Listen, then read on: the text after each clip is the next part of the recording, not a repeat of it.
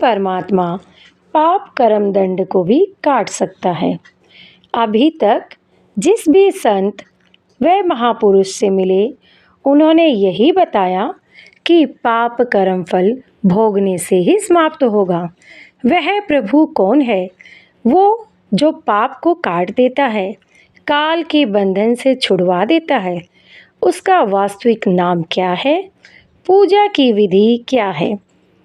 ये सभी प्रश्नवाचक चिन्ह पूर्ण रूप से हटाने के लिए अवश्य सुने जगत गुरु तत्वदर्शी संत रामपाल जी महाराज के अमृत वचन, सभी पवित्र शास्त्रों के आधार पर। सत साहेब। गगन मंडल में गोमट है रंग होरी हो, जहाँ श्वेत ध्वजा फहरावे राम रंग होरी हो। हमारा तो राम रंग वाली होरी खेला करम। बुद्धिबानी से अगम है रंग होरी हो, सुरत नृत जान लावे नाम रंग होरी हो। नाभि कमल ब्रह्मा हुए रंग होरी हो, ये सर्जे ब्रह्मा विष्णु, ये सर्जे विष्णु महेश राम रंग होरी हो। ये तो त्रिगुण माया विस्तरी रंग होरी हो, और किया सकल परवेश राम रंग होरी हो। चंद सूर पानी पवन रंग होरी हो, ये कच्छ मच्छ कोरम्ब राम रंग होरी हो। ओम आद अनाद है रंग होरी हो, ये रचे सकल आरंभ राम रंग होरी हो। तीन गुणन पर तकत है रंग होरी हो, वहाँ पांच तत्व पर काश राम रंग होरी हो। सुर नर मुनि जन देवता रंग होरी हो, सावित्री और गौरी राम रंग होरी हो। लक्ष्मी लगी समाधि रंग होरी हो, कमलापति में बोरे राम रंग होरी हो। किन्नर भूत पिशाच हैं रंग होरी हो, दान्य दंत अपार राम रंग होरी हो। लख 84 जात है रंग होरी हो, चार खान के जीव राम रंग होरी हो। अंडरज जेरज बुद्ध बुदा रंग होरी हो, श्वेत खान रच पीव राम रंग होरी हो। क्या बताना चाहते हैं कि जो तुम जिस लोक में हम रह रहे हैं, ये वास्तविक ठिकाना नहीं है। यहाँ पर ये ब्रह्मा विष्णु महेश्वर भी भक्ति कर रहे हैं, ये भी साधना करते हैं, लक्ष्मी पार्वती सावित्री आदि भी भक्ति कर रहे हैं, लेकिन वो मूल ठिकाना ना मिलने से इस 84 लाख योनियों में भी ये चक्कर काट रहे हैं। सतगुरु मेला करत है रंग होरी हो, सुनो अगमपुर धाम राम रंग होरी हो। अगमपुर इन ब्रह्मा विष्णु महेश ब्रह्म परब्रह्म के लोकों से भी आगे, अगम माने आगे का, उस धाम के विषय में सुनो। सतगुरु मेला करते है रंग होरी हो, सुनो अगमपुर धाम राम रंग होरी हो। दिल ही अंदर द्वीप है रंग होरी हो, अगम भूमि स्थान राम रंग होरी हो। मूल कमल को बांध ले रंग होरी हो, पान अपानम जीत राम रंग होरी हो। द्वादश ऊपर दरस है रंग होरी हो, दरो ध्यान की धूप राम रंग होरी हो। गुदा कमल में मदन है रंग होरी हो, उल्टी नाल अपूठ राम रंग होरी हो।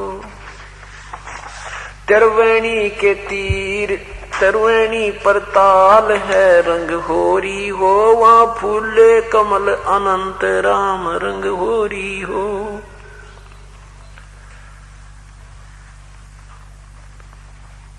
मल्लागिरी चंदन चरच रंग होरी हो, कस्तूरी निज गंध राम रंग होरी हो। अदर फुहारे छूटत हैं रंग होरी हो, बरसाना ब्रह्मरंद्र राम रंग होरी हो। कहते तुम बरसाना में जाते हो ना होली खेलन, हमारा बरसाना तो ऊपर ब्रह्मरंद्र है, हम तो वहां खेल रहे हैं होली। कद यहाँ से पीछा छूटे और अपना भजन करके यहाँ तो पार वहां। मन मथुरा तन द्वार का रंग होरी हो, जहां बसे जगदीश राम रंग होरी हो। इस पृथ्वी लोक वाली द्वारका में भगवान नहीं है, वो तो सतलोक वाली द्वारका में वो पूर्ण परमात्मा, वहां वो मालिक है। एक द्वार वाली, वो भी एक द्वार की, क्योंकि काल के लोक से जाने का एक ही रास्ता उस सतलोक में प्रवेश करने का है।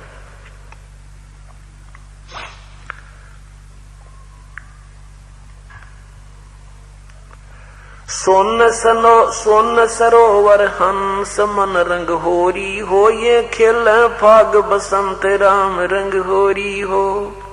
उस ऊपर के सरोवर में, सोन सरोवर में ऊपर जब चलते हैं हम, उस परमात्मा के जो वास्तविक स्थान की याद कर करके हम तो वहां होली खेलते हैं। दुल्ला साहब एक है रंग होरी हो, सोन सरोवर हंस मन रंग होरी हो।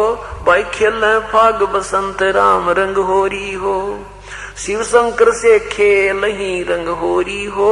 सुर नर मुनि जन संत राम रंग होरी हो। दुल्हा साहब एक है रंग होरी हो, ये दुल्हन संख असंख राम रंग होरी हो। बाट घाट बाट कुछ है नहीं रंग होरी हो, अवगत बार मार्ग बंक राम रंग होरी हो। श्वेत गुमट सिर सेरा रंग होरी हो, झलक करण अनंत राम रंग होरी हो। अब क्या बताते हैं आदरणीय गरीबदास साहिब जी के, हम तो भाई उस परमेश्वर के चरणों में होली खेलते हैं और उसी से सभी खेल रहे हैं। जैसे ब्रह्मा विष्णु महेश भी होली खेल रहे हैं, लेकिन वो बहुत दूर खेल रहे हैं और हम उस परमात्मा के निकट पहुंच चुके हैं, हम उनके साथ खेल रहे हैं। अर्थात उनकी साधनाएं शास्त्र अनुकूल ना होने से वो इस काल के लेवल की होली खेलते रहे और हम उस परम पिता की सतलोक की होली खेल रहे हैं। वो सतलोक कैसा है, वो कितना प्यारा है, वहां हम चलेंगे।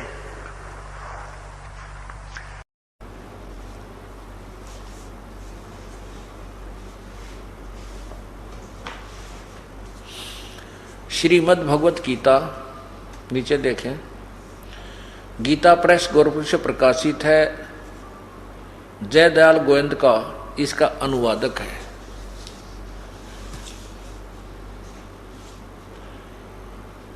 श्रीमद् भगवत गीता पद छेद अवन्य अन्वय साधारण भाषा टीका सहित गीता प्रेस गोरखपुर से प्रकाशित है। यहां देखिए,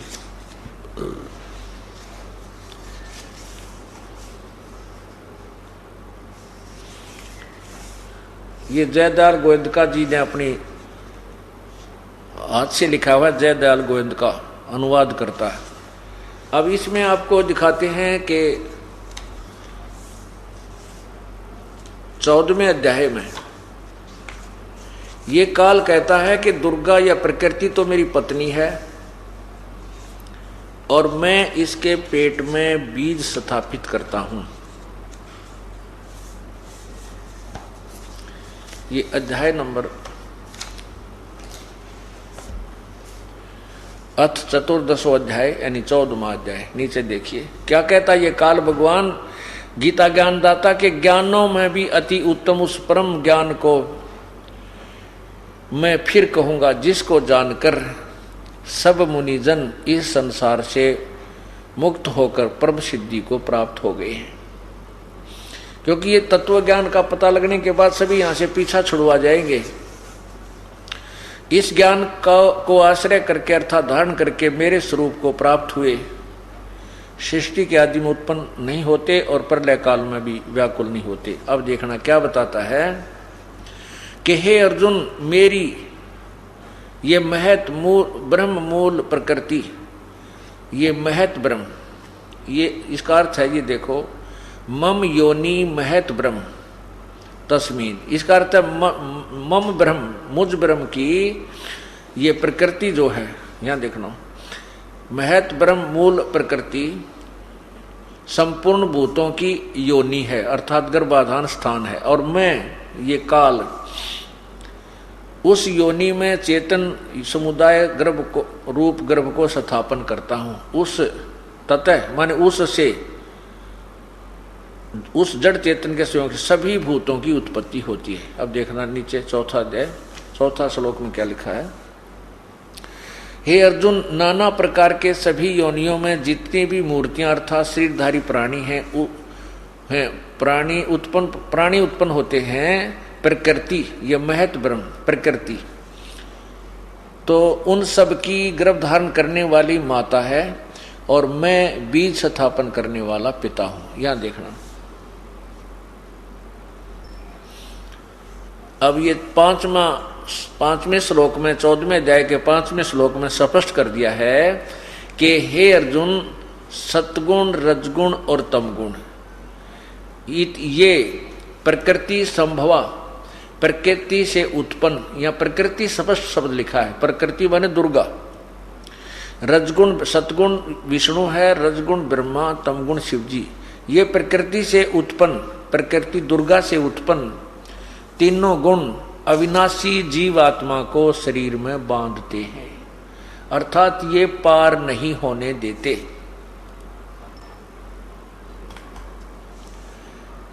अब आपके समक्ष ये क्लियर हो गया, ये स्पष्ट हो गया है कि रजगुण ब्रह्मा जी, सतगुण विष्णु, तमगुण शिव जी, और इनकी उत्पत्ति दुर्गा और काल से हुई है। प्रकृति दुर्गा को प्रकृति भी कहते हैं, इसको महत यानी प्रधान भी कहते हैं। अब गीता ज्ञान दाता भगवान इन ब्रह्मा विष्णु महेश से भी भिन्न है, और गीता के अंदर गीता ज्ञान दाता ने किसी अन्य परमात्मा के विषय में भी जानकारी दे रखी है, वो पूर्ण परमात्मा के विषय में भी बताया है। उस पूर्ण परमात्मा की भक्ति विधि और तत्व ज्ञान को समझने के लिए तत्वदर्शी संतों की खोज करने की राय दी है, सलाह दी है। इससे सिद्ध है कि गीता ज्ञान दाता भी कंप्लीट नॉलेज नहीं रखता, इसको भी संपूर्ण ज्ञान नहीं है। उन्होंने भी ऑप्शन छोड़ दिया है कि उस परम पिता, उस परम जीव परमात्मा की, पूर्ण ब्रह्म की, परम अक्षर ब्रह्म की यदि तूने प्राप्ति करनी है तो किसी तत्वदर्शी संत की खोज करो। और तत्वदर्शी संत कैसे होंगे? तत्वदर्शी संत की पहचान बताई है कि वह तत्वदर्शी संत कैसा होगा। 15वें अध्याय के प्रथम श्लोक में ही बताया है कि वो तत्वदर्शी संत कैसा होगा, वो कैसा ज्ञान देता है, तो उसको आप तत्वदर्शी संत समझना। अब एक झलक आपको फिर दिखाते हैं, क्योंकि ये एक ऐसा छुपा हुआ ज्ञान है कि अभी तक अपने समक्ष नहीं आया। और जो दंत कथा लोकवेद हमने सुना था, उसको जब से जन्म हुआ है उसी समय से हम किसी न किसी से, कोई संत से या एक दूसरे से वो सुनते आ रहे थे। तो वो पुराना रंग हमारे अंदर इतना जमा हो चुका है, उसको उतारने के लिए बार बार ये सत्संग रूपी रेगमार मारना पड़ेगा, और तब ये ज्ञान, यथार्थ ज्ञान अपने अंदर समाएगा। अब आपने ये तो पढ़ लिया गीता जी में कि तीनों गुणों की भक्ति, रजगुण ब्रह्मा, सतगुण विष्णु, तमगुण शिव जी, ये इनकी भक्ति मूर्ख लोग करते हैं।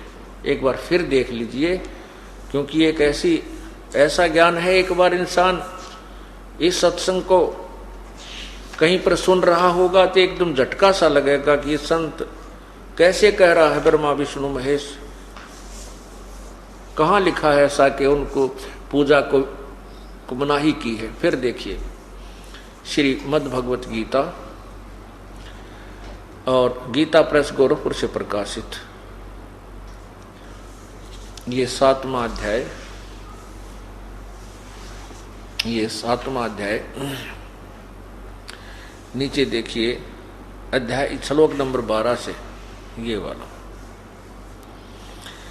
इसमें लिखा कि और भी जो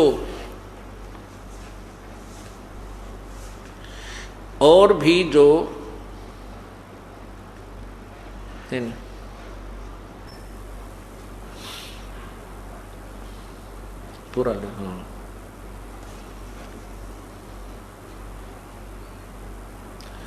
और ये है 12वां 7वें अध्याय का 12वां श्लोक आपको पढ़कर सुना रहे हैं। और भी जो सतगुण से यानी सतगुण विष्णु जी से उत्पन्न होने वाले भाव हैं, और जो रजगुण से तथा तमोगुण से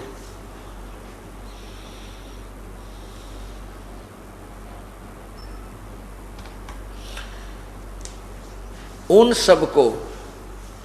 सबको मुझसे ही होने वाले हैं ऐसा जान, परंतु वास्तव में मैं उनमें और वे मुझ में नहीं हैं।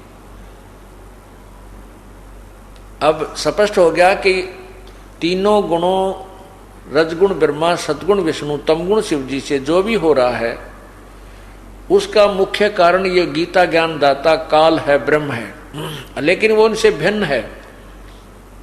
आपने शिव महापुराण में पढ़ा रुद्र संहिता में, उसमें स्पष्ट लिखा है कि ये तीनों रजगुण ब्रह्मा विष्णु महेश तीनों देवताओं में गुण हैं, लेकिन वो शिव यानी काल सदा शिव रूपी काल रूपी ब्रह्म इनसे भिन्न है, वो गुणातीत है।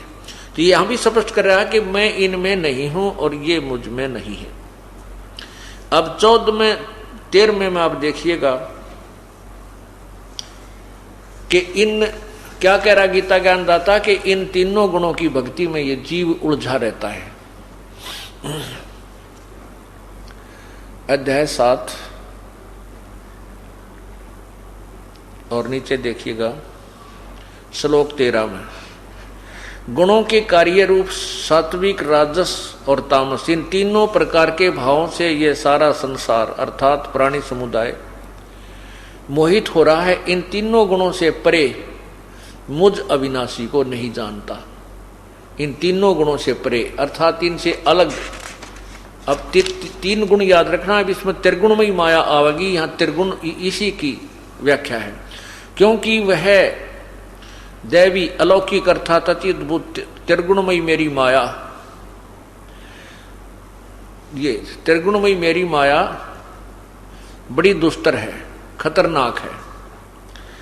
और जो पुरुष मुझ को निरंतर भजते हैं वे इस माया का उल्लंघन कर जाते हैं, अर्थात संसार से तर जाते हैं। गीता ज्ञान दाता कहता है कि जो ब्रह्मा विष्णु महेश रजगुण ब्रह्मा सतगुण विष्णु तमगुण शिव जी से ऊपर मुझे भजते हैं तो इनसे ऊपर उठ जाते हैं, ये इन बाधक कम बनते हैं। नीचे देखना, अब 15वें श्लोक में स्पष्ट कर दिया है कि इस माया के द्वारा अर्थात ब्रह्मा विष्णु महेश के ही ऊपर आश्रित इनसे मिलने वाले लाभ के ऊपर जिनका ज्ञान हरा जा चुका है, माया के द्वारा जिनका ज्ञान हरा जा चुका है, असुर स्वभाव को धारण किए हुए मनुष्यों में नीच होए दूषित कर्म करने वाले मूढ़ लोग मुझको नहीं भजते।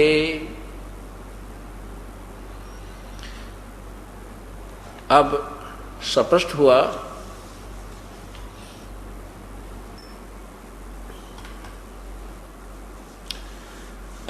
हुआ कि तीनों गुण रजगुण ब्रह्मा सतगुण विष्णु तमगुण शिव जी की साधना करने वालों को मूर्ख बताया है। राक्षस स्वभाव को धारण किए हुए मनुष्यों में नीच लिखा है, दुष्कर्म करने वाले।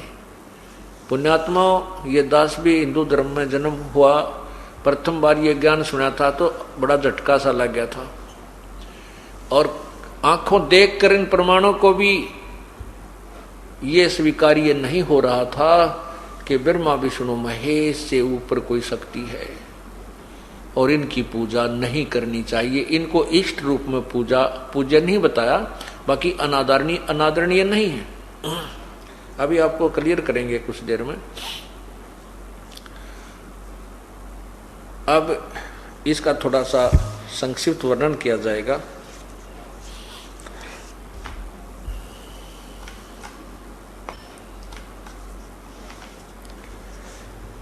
अब आपको प्रमाण देते हैं कि तीनों गुणों की पुजारियों को क्यों ऐसे बताया है।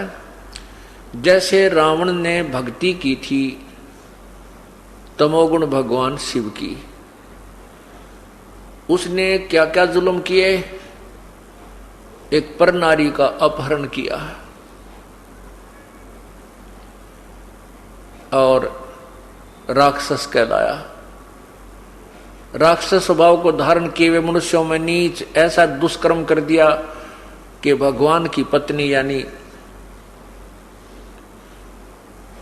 त्रिलोक की जननी, त्रिलोक की जननी को भी यानी माता को ही अपहरण कर लाया,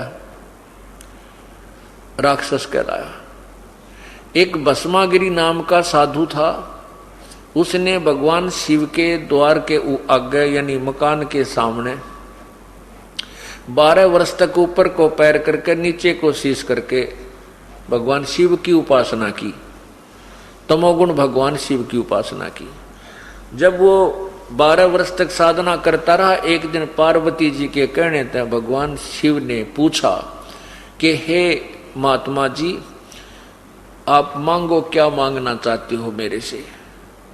भस्मागिरी ने उसी आसन पर तप करते हुए ज्यों का त्यों उल्टा ऊपर को पैर कर किए हुए कहा कि आप वचनबद्ध हो जाओ, तब मैं अपना ये तप बंद करूंगा। भगवान शिव ने कहा ठीक है, मैं वचनबद्ध हो जाता हूं, मांग क्या मांगता है। तो वचनबद्ध होते सीधा खड़ा हो गया। तप इसीलिए इतनी देर तक तप कर रहा था, इसी वास्ते खड़ा होकर कहने लगा कि मुझे आप अपना भस्म कड़ा दे दो। एक भगवान शिव के पास एक कंगन था, कड़ा था, भस्म कंडा।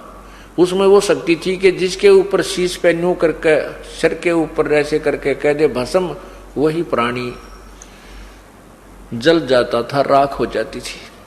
इसका ज्ञान उस भस्मागिरी को था। और भस्मागिरी के मन में के खोट था कि शिव जी की तपस्या करके शिव जी से ही भस्म कंडा लेकर शिव जी ने मारूं और पार्वती को पत्नी बनाऊं।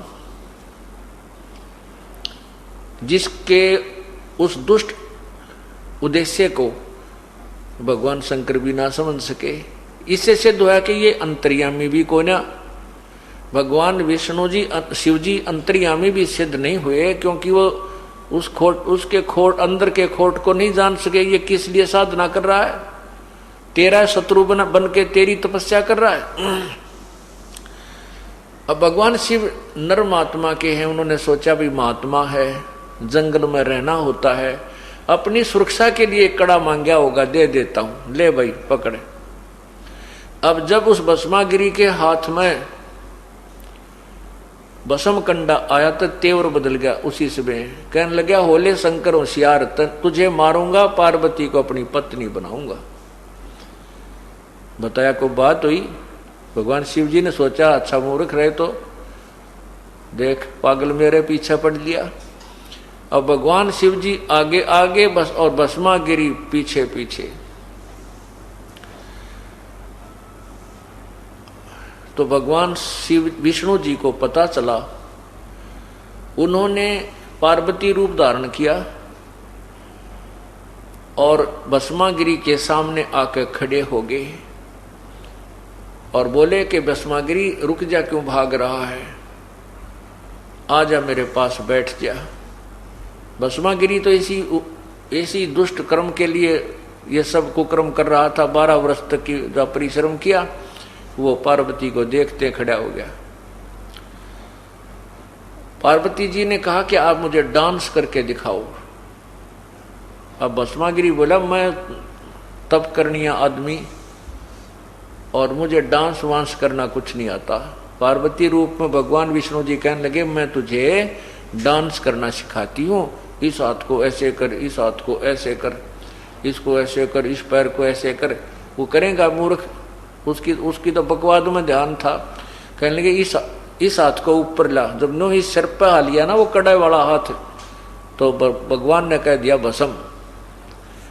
वो भस्मा गिरी, भस्म हो गया।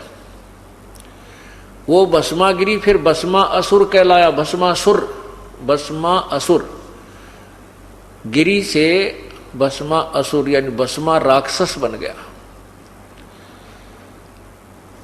फिर भगवान विष्णु ने दौड़े जा रहे शंकर के सामने प्रकट होकर कहा कि भोलेनाथ रुक जा। विष्णु जी, भगवान शंकर बोले विष्णु भाग ले भाग ले। वो ऐसे ऐसे उसने भस्मागिरी ने मेरे से भस्म कंडा प्राप्त कर लिया है, वो फूंक देगा, भाग ले। तो भगवान विष्णु ने कहा कि ये देख तेरा भस्म कंडा मैं ले आया हूं, और उसको भस्म कर दिया है। तो कहने का भाव ये है कि तमोगुण की उपासना करने वाले राक्षस स्वभाव को धारण किए हुए मनुष्यों में नीच दुष्कर्म करने वाले ये मूर्ख सिद्ध हो गए। तमोगुण के उपासक तो ऐसे सिद्ध। अब ब्रह्मा का रजोगुण का उपासक श्री विष्णु जी के साथ हिरण्यकशिपु ने द्वेष लगा लिया और ब्रह्मा जी की उपासना की, ब्रह्मा जी की साधना करके सिद्धि प्राप्त कर ली। सिद्धि प्राप्त करके फिर अपने आप भगवान बन बैठा, अपने ही पुत्र का शत्रु बन गया कि मेरी भक्ति करो, विष्णु भगवान की पूजा मत करो। राक्षस कहलाया, कुत्ते वाली मौत मरा।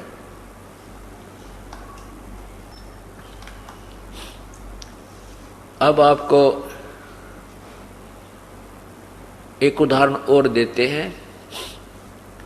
एक समय हरिद्वार के अंदर कुंभ का मेला भरा।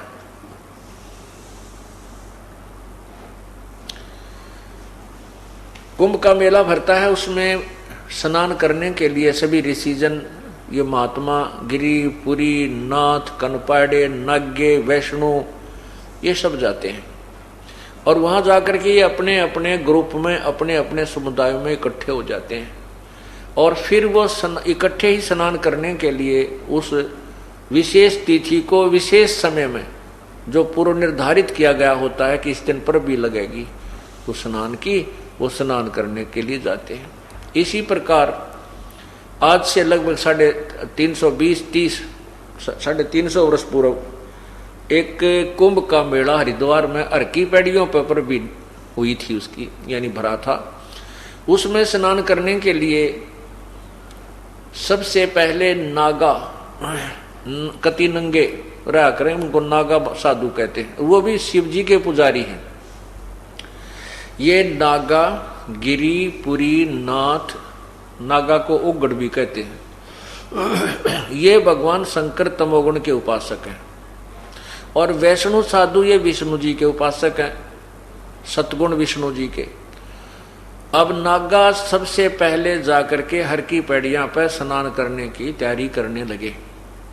पीछे से वैष्णु साधुओं का वो समुदाय आ गया, पूरा जो ग्रुप आ गया। उन्होंने कहा वैष्णु ने कि ए नागा लोगो, तुम अभी स्नान मत करना, प्रथम स्नान हम करेंगे, हम सर्वश्रेष्ठ साधु हैं, हम विष्णु जी के उपासक हैं, विष्णु जी तीनों में श्रेष्ठ है।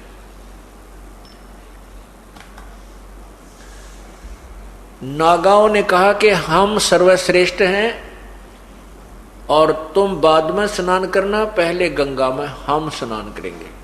विष्णु साधु बोले तुम कहाँ के श्रेष्ठ हो, कहाँ के तुम उत्तम हो, शरण फड़ तुम नहाना न धोना, तुम टट्टी के हाथ भी ना धोते, पशु की तरह नंगे फिरते हो, राख लपेटे फिरते हो, और दूर हो जाओ, हम स्नान करेंगे, हम वैष्णु साधु हैं, हम सर्वश्रेष्ठ हैं। अब उधर से नागा और उधर से विष्णु के उपासक, सतोगुण के उपासक वैष्णु आपस में उलझ गए। अब स्नान करना पर बीता गए भूल, तलवार निकाल ली, त्रिशूल निकाल लिए और मुक्का वो उसका मारे 25,000 नागा और वैष्णु यानी तमोगुण शिव जी के उपासक और सतोगुण विष्णु के उपासक। 25,000 वो साधु कटका मर गए, कतलेआम हो गया। उस गंगा के पानी में लाशा लाश तरह सब उतर रहे थे, लाल पानी हो गया उस गंगा जी का। 25,000 आदमी उतरा गजब हुई। अब ये विचार करना पुण्यात्माओं, इस तत्व ज्ञान से हमें समझ में आएगा ये कहानी क्या है, हम क्या कर रहे हैं, क्या करना चाहिए था।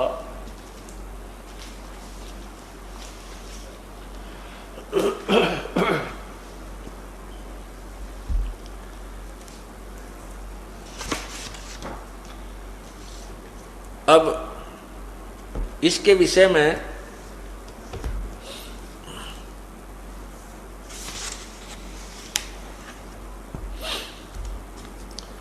क्या बताया है? तीर तुपक तलवार कटारी जमदड़ जोर बधावे हैं, हर पैड़ी हर हेत न जाना वाजा करद चलावे हैं। काटे शीश नहीं दिल करुणा वो जग में साध कमावे हैं, जो जन उनके दर्शन को जावे उनको भी नरक पठावे हैं।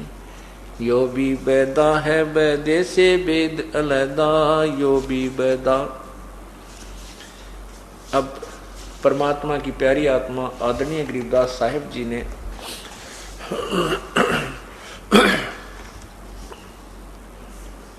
कबीर परमेश्वर से तत्व ज्ञान प्राप्त करके फिर उसका आगे विश्लेषण किया है, उसमें आपको हम सुनाते हैं।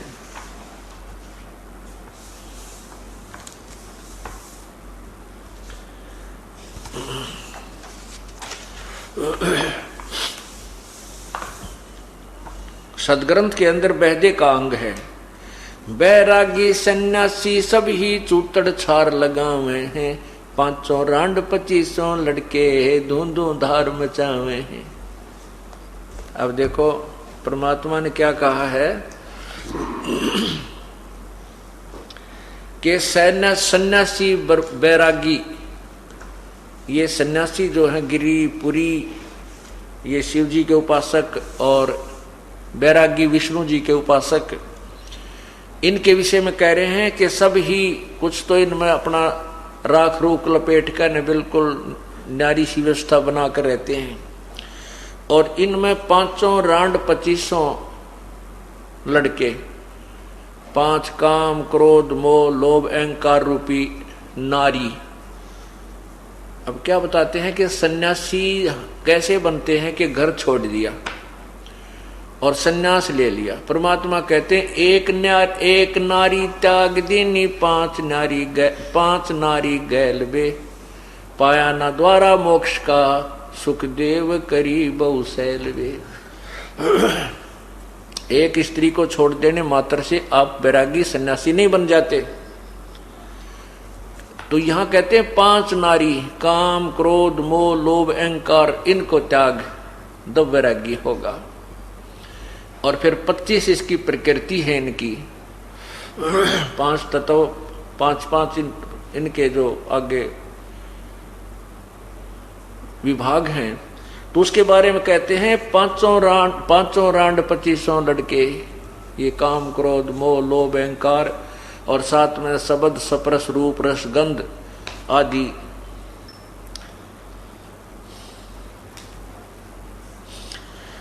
बैरागी सन्यासी सब ही चूतड़ छार लगावे हैं, 500 रांड 2500 लड़के धूंधू धार मचावे हैं।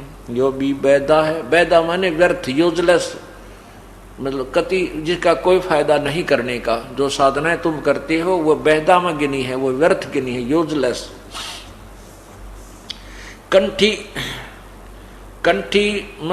कंठी माला और मृगशाला सिर पर जटा रखा हुए हैं, ढोलक ताल दालरी पीटे हैं, फिर तानारी री गावे हैं। यो भी बैदा है, ये भी व्यर्थ की बकवाद है, ये भक्ति मार्ग नहीं है। बैदा क्यों जाना हम सतगुरु भेंट्या यूं जाना, क्योंकि तुमने के पता लग गया कि ये व्रत है। तो गरीबदास जी कहते हैं हमने सतगुरु मिल गए, वो तत्वदर्शी संत यानी पूर्ण परमात्मा स्वयं तत्वदर्शी संत की भूमिका करने जब कबीर परमेश्वर आए थे, गरीबदास जी को मिले थे पर स्वयं आकर के, और सतलोक दिखाया था। उसके बाद इस तत्व ज्ञान का प्रचार गरीबदास जी ने इस प्रकार किया।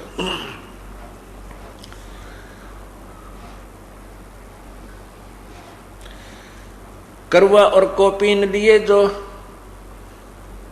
बनखंड गुफा बनावे हैं, खुद्या कुत्ती घट में दूती, फिर गृह द्वारे जावे हैं।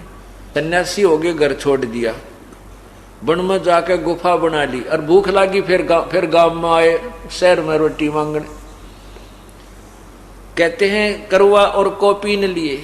एक करवा यानी लोटा ले लिया और शरीर पर कति नंगा एक लंगोट बांध लिया पर्दे पे, कति त्यागी बन गया और गुफा बना ली और रोटी मांगने फिर गांव में आया। बता क्या वैराग लिया तूने। परमात्मा कहते हैं अपने घर में रह, काम कर, बाल बच्चा में रह और भक्ति कर, बड़ी बनाई रोटी मिले, किधर धक्के खाने ना किताना न जाना। करवा और कौफीन लिए जो बनखंड गुफा बनावे हैं, खुदा कुत्ती घट में दूती, क्षुदा भूख, फिर गृही द्वारे आवे हैं। फिर गृहस्थी के द्वार ने आगे आते हाथ फैलाते हो तुम, तो बता फिर गांव छोड़ने का क्या फायदा हुआ, घर त्यागने का क्या यूज हुआ, क्या फायदा हुआ। खाकी और निर्वाणी नागा, ये नागे महात्मा सिद्ध जमात चना हुए हैं। रण सिंगे तुरही तुतकारा, फिर गागड़ भांग घुटावे हैं। ये विकार और फिर न्यारे शुरू कर दें, घर छोड़ने पीछे। काशी गया प्रयाग महोदित जगन्नाथ को जावे हैं। लोहागर और पुष्कर परचे है, द्वारका दाग दगावे हैं। तीर तुपक तलवार कटारी जमदड़ जोर बंधावे हैं।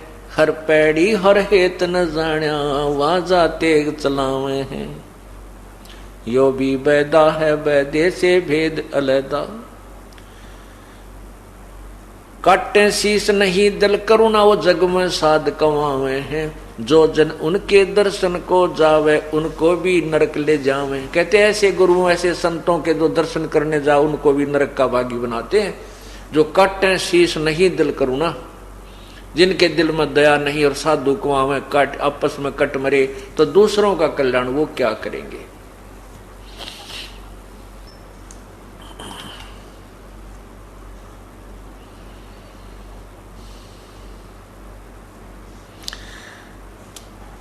सन्यासी शंकर को भूले, बम्ब महादे झावे हैं। काकड़ भांग तमाखू पीवे, बकरे काट तड़ावे हैं। सन्यासी शंकर को भूले, वो बम्ब महादे जावे हैं। आपने देखा होगा कि भगवान शिव के उपासक जब कावड़ लाते हैं, वो ना तो शंकर भगवान कहें, वो इन्हों क्या आग्रह ओ बोले, और लड़कियां बहनों को कहेंगे ए बोली आगे नोले। यानी आप पर तो बोले बन रहे हैं, आप पर बोली बन गए। भगवान की वो इज्जत कर रहे हैं या बेइज्जती, या भी समझ में ना आती। और फिर क्या बोलते आते हैं, बम बम बम बम। ये कोई प्रभु का नाम नहीं है। तो कहते सन्यासी शंकर को बोले, बम्ब महादे धावे हैं। परमात्मा को बम्ब बम्ब करके वो याद करते हैं। उस शंकर जी के यथार्थ नाम से भी परिचित नहीं है। वो यथार्थ नाम भी ये दास आपको बताएगा, जिससे भगवान शिव का लाभ आपको प्राप्त होगा। अब आपने सुना कि तीनों गुण रजगुण ब्रह्मा, सतगुण विष्णु, तमगुण शिव जी के पुजारियों को पवित्र गीता जी अध्याय नंबर 7 के श्लोक 12 से 15 में राक्षस स्वभाव को धारण किए हुए मनुष्यों में नीच दुष्कर्म करने वाले मूर्ख, ये 4 उपमा दी है इकट्ठी है। ये इसलिए है जो आपको अभी उदाहरण स्पष्ट किया, उदाहरण के द्वारा आपको स्पष्ट किया। अब गीता ज्ञानदाता ब्रह्म अपने विषय में भी कहता है कि मेरी भक्ति भी अनुत्तम है, श्रेष्ठ है। क्योंकि गीता अध्याय नंबर 4 श्लोक 5 में कहा कि अर्जुन तेरे और मेरे बहुत जन्म हो चुके हैं, तू नहीं जानता मैं जानता हूं। अब जन्म और मृत्यु होती रहेगी तो जीव सुखी नहीं है। पूर्ण सुख तभी प्राप्त होगा, मोक्ष तभी प्राप्त होगा जब हम सदा के लिए जन्म मृत्यु से मुक्त हो जाएंगे। उसके विषय में गीता ज्ञान दाता भगवान कहता है कि उसके लिए किसी तत्वदर्शी संत की खोज कर। अब आपको दिखाते हैं 7वें अध्याय के 18वें श्लोक में अपने विषय में कहा है कि मेरी भक्ति भी अनुत्तम है। ये देखिएगा पवित्र गीता जी,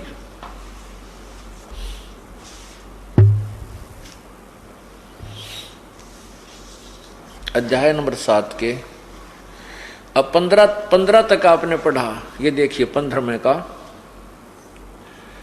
इसमें कहा कि माया के द्वारा जिनका ज्ञान हरा जा चुका है, असुर स्वभाव को धारण किए हुए मनुष्यों में नीच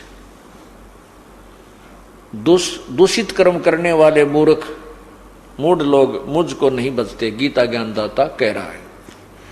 अब मुझको नहीं बचते इससे सिद्ध है कि तीनों गुणों कोई और हैं जो पूजा करते हैं, वो ब्रह्मा विष्णु महेश है। अब 16 में लिखा है कि मेरी भक्ति भी 4 प्रकार के करते हैं। ये भारतवंशुम श्रेष्ठ अर्जुन, उत्तम कर्म करने वाले अर्थार्थी, आरत, जिज्ञासु और ज्ञानी, इस ऐसे 4 प्रकार के भजन मुझको भगतजन मुझको भजते हैं। क्या बताते हैं कि मेरी साधना भी, अब तो कह रहे हैं कि मेरी भक्ति नहीं करते, ये अन्य देवताओं की पूजा करते हैं।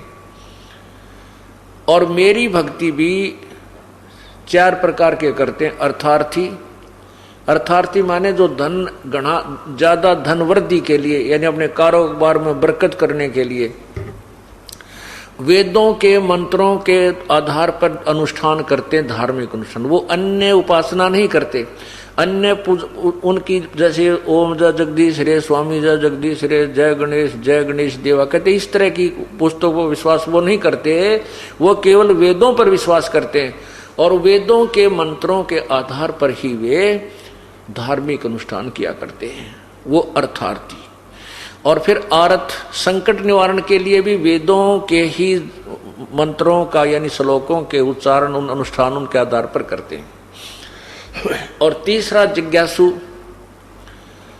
जिज्ञासु वो होता है जो परमात्मा प्राप्ति के लिए दृढ़ता से चलता है और उसने फिर ज्ञान ग्रहण कर, संतों के पास जाता है, ज्ञान ग्रहण कर लेता है।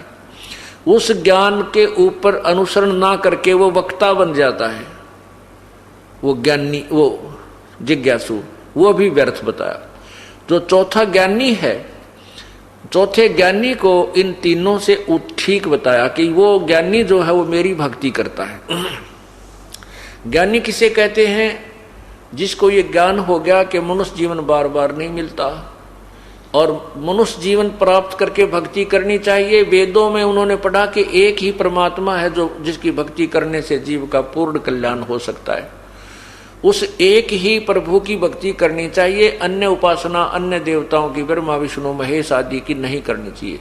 उस ज्ञानी को इतना पता हो गया तो उसने वेदों को पढ़ा, स्वयं ही निष्कर्ष निकाल लिया कि उसमें ओम नाम लिखा है, ओम नाम ही मोक्षदायक है, क्योंकि उस ज्ञानी को तत्वदर्शी संत नहीं मिला। और तत्वदर्शी संत के बिना वेदों को समझा नहीं जा सकता। गुरु बिन काहू न पाया ज्ञान, जो थो था बुछड़े किसाना। गुरु बिन वेद पढ़े जो प्राणी, समझे न सार रहे अज्ञानी। तो उन ज्ञानी व्यक्तियों ने, जैसे चुनक ऋषि जैसे, वशिष्ठ ऋषि जैसे, कपिल ऋषि जैसे, इन ज्ञानियों को ये तो पता हो गया कि भगवान की भक्ति करने से मोक्ष होगा, अन्य देवताओं की पूजा से नहीं करनी चाहिए। और वेदों को पढ़ा। वेदों में यजुर्वेद अध्याय नंबर 40 के मंत्र नंबर 15 में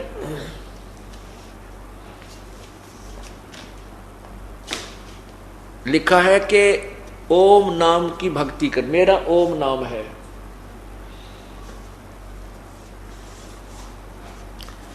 ये वेदों का ज्ञानदाता और गीता जी का ज्ञानदाता ब्रह्म है।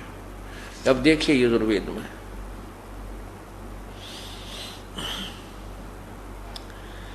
यजुर्वेद इसमें 40वें अध्याय के 15वें श्लोक में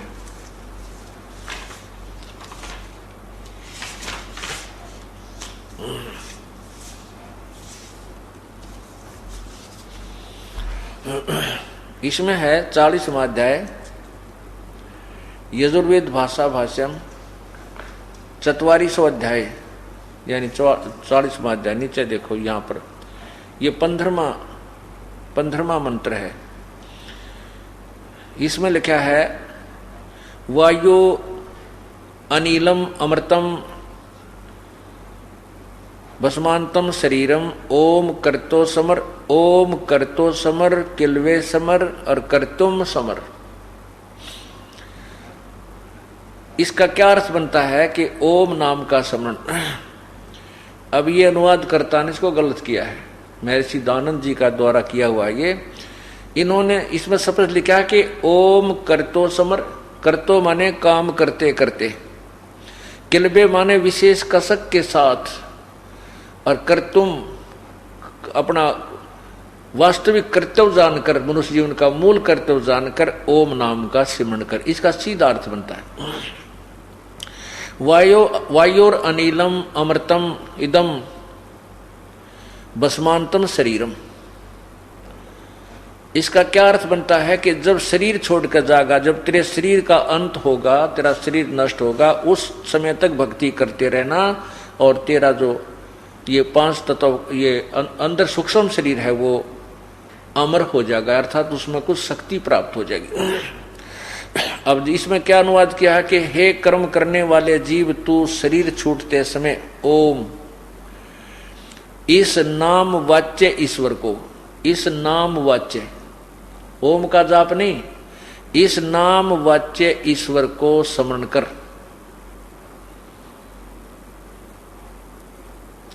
अपने सामर्थ्य के लिए पर परमात्मा और अपने स्वरूप का स्मरण कर, अपने किए का स्मरण कर। इस संसार का धनजादि रूप वायु, कारण रूप वायु को कारण रूप वायु, अविनाशी कारण को धारण करता, इसके अनंतर यह नष्ट होने वाला सुखादि का आश्रय शरीर अंत में भस्म होने वाला होता है, ऐसा जान।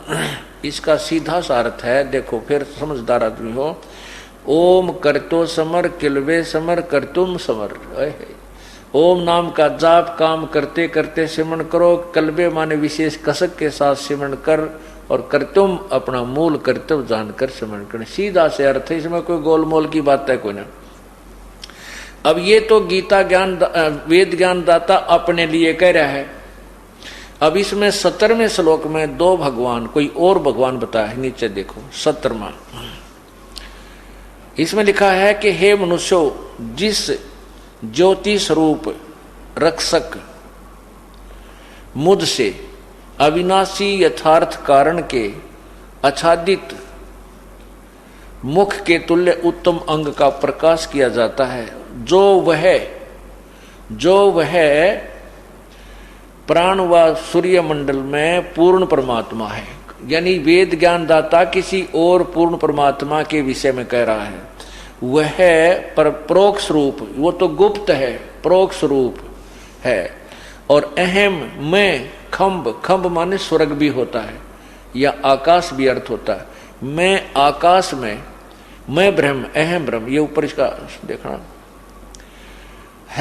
हरमेन पात्रेण सतस्य अपहितम मुखम ये असौ आदित्य पुरुष स अहम ओम खम्ब ब्रह्म। ओम अहम मैं, ओम खम्ब ब्रह्म, खम्ब माने स्वर्ग में ब्रह्म। मैं जो गीता वेद ज्ञान दाता कह रहा है कि मैं ब्रह्म, और ओम नाम के जो जाप करते हैं उसको ब्रह्म तक ले जाता, यानी स्वर्ग तक जाते हैं। और वो परमात्मा तो गुप्त है। आगे लिखा है प्रोक्ष है, सब गुण कर्म कर प्रोक्ष है मैं आकाश के तुल्य व्यापक, सबके गुण कर्म और स्वरूप करके अधिक हूँ। ओम ओम सबका रक्षक जो मैं उसका ओम ऐसा नाम जानू। अब इसमें क्या है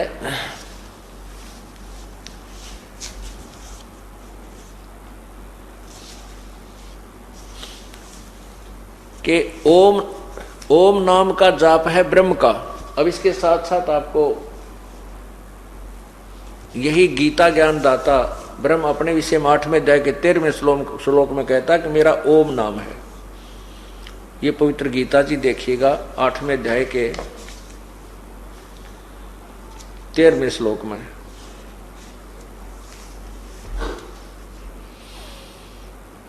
आठवें अध्याय के नीचे आइएगा, ये 13वां श्लोक है, ये 13वां। इसकी हम संस्कृत पढ़ते हैं। ओम इति एक अक्षरम ब्रह्म व्यवहारन माम अनुसमरण, यह प्रयाति तजन देहम स याति परमाम गतिम। गीता ज्ञान दाता कहता है कि अहम ओम इति एक अक्षरम ब्रह्म व्यवहारन माम ब्रह्म, मुझ ब्रह्म का ये ओम केवल यही एक अक्षर है। ओम केवल यह एक अक्षर है, व्यवहार यानी उच्चारण करके स्मरण करने का। और जो यह प्रयाति तजन देहम सयाति परमाम गतिम, जो इसकी अंतिम सांस तक, देह छूटने तक, शरीर का नष्ट होने तक इसका जाप करता है, वो मेरे वाली परम गति को प्राप्त होता है। सब यहां देखना, यहां से शुरू होता है। ये 14, 13 और 14 की इकट्ठी अनुवाद है। यहां ये जो ओम, जो पुरुष ओम इस एक अक्षर रूप, इसने लिखा यहां ब्रह्म को यहां लगा दिया, रूप ब्रह्म को उच्चारण करता हुआ और उसके अर्थ स्वरूप मुझ निर्गुण ब्रह्म, यहां माम ब्रह्म यहां आना चाहिए था।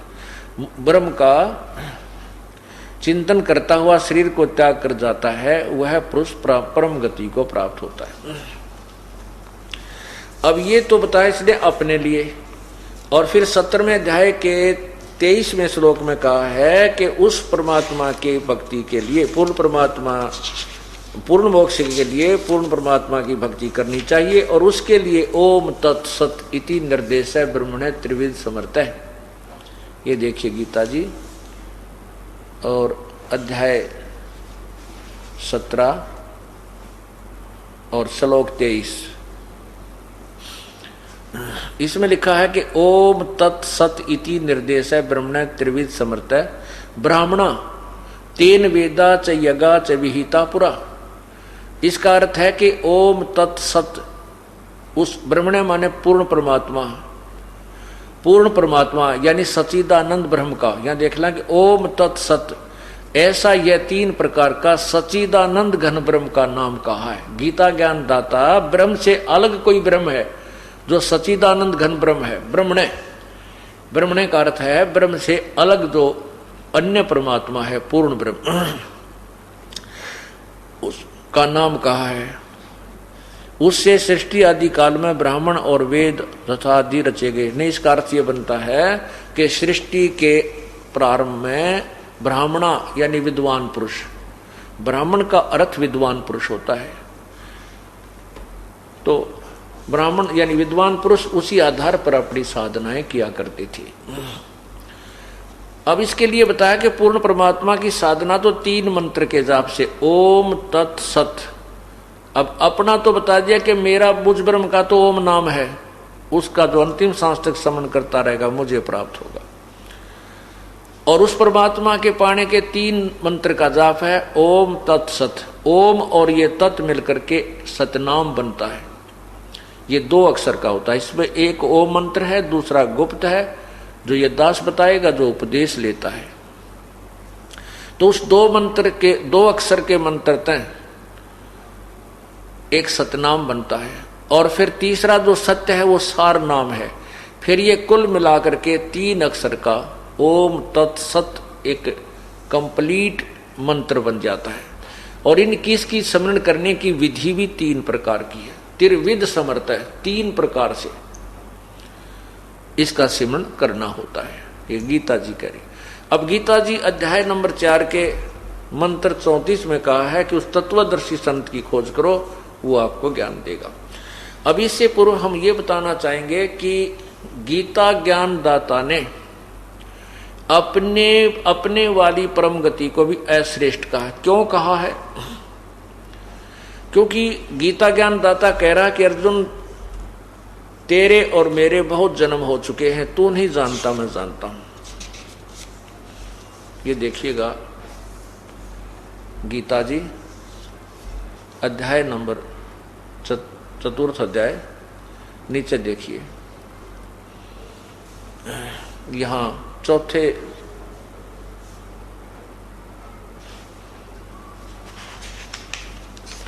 5 में ये है, ये 5वां श्लोक है नीचे, ये वाला, ये 5वां श्लोक है। यहां देखना, हे परंतम अर्जुन, मेरे और तेरे बहुत से जन्म हो चुके हैं, उन सबको तू नहीं जानता, मैं जानता हूं। फिर इसमें लिखा कि मेरे जो जन्म और मृत्यु है वो अलौकिक है। यह देखना, हे 9वां श्लोक, हे अर्जुन, मेरे जन्म और कर्म दिव्य अर्थात निर्मल और अलौकिक है।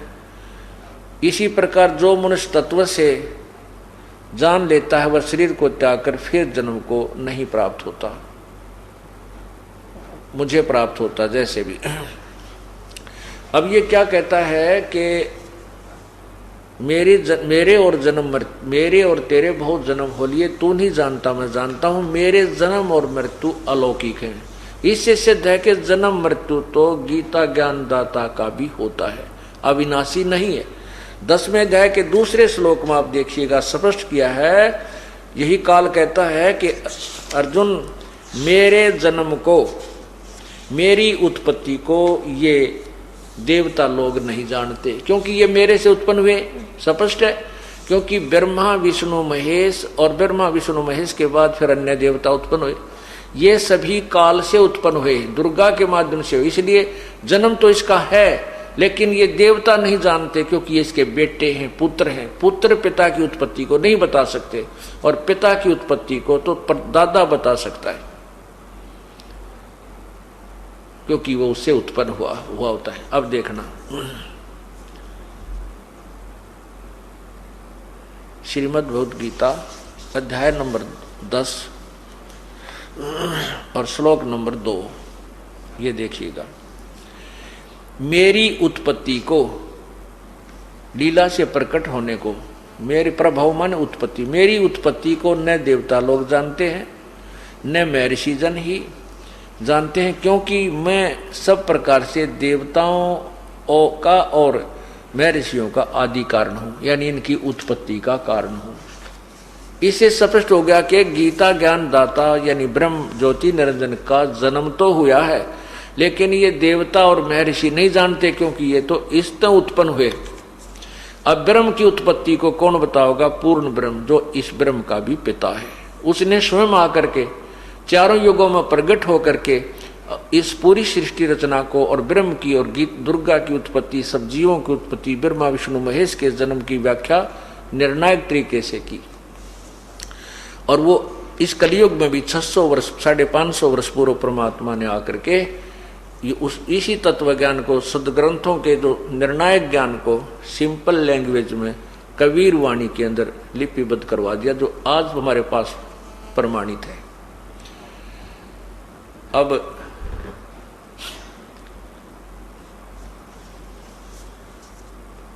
ये क्या कहता है कि अर्जुन, तेरे और मेरे बहुत जन्म हो लिए, आगे भी होते रहेंगे। दूसरी गीता जी अध्याय नंबर 2 के श्लोक 12 में भी लिखा है कि ये सामने खड़े सैनिक तू और मैं पहले भी थे, आज भी हैं, आगे भी होंगे। ये मत सोचना कि हम अभी हैं। इससे सिद्ध है कि गीता ज्ञानदाता भी जन्मता और मरता है, इसकी भी मृत्यु होती है। इसलिए ये कहता है कि मेरे को प्राप्त होकर प्राणी फिर जन्म मृत्यु को प्राप्त होते हैं।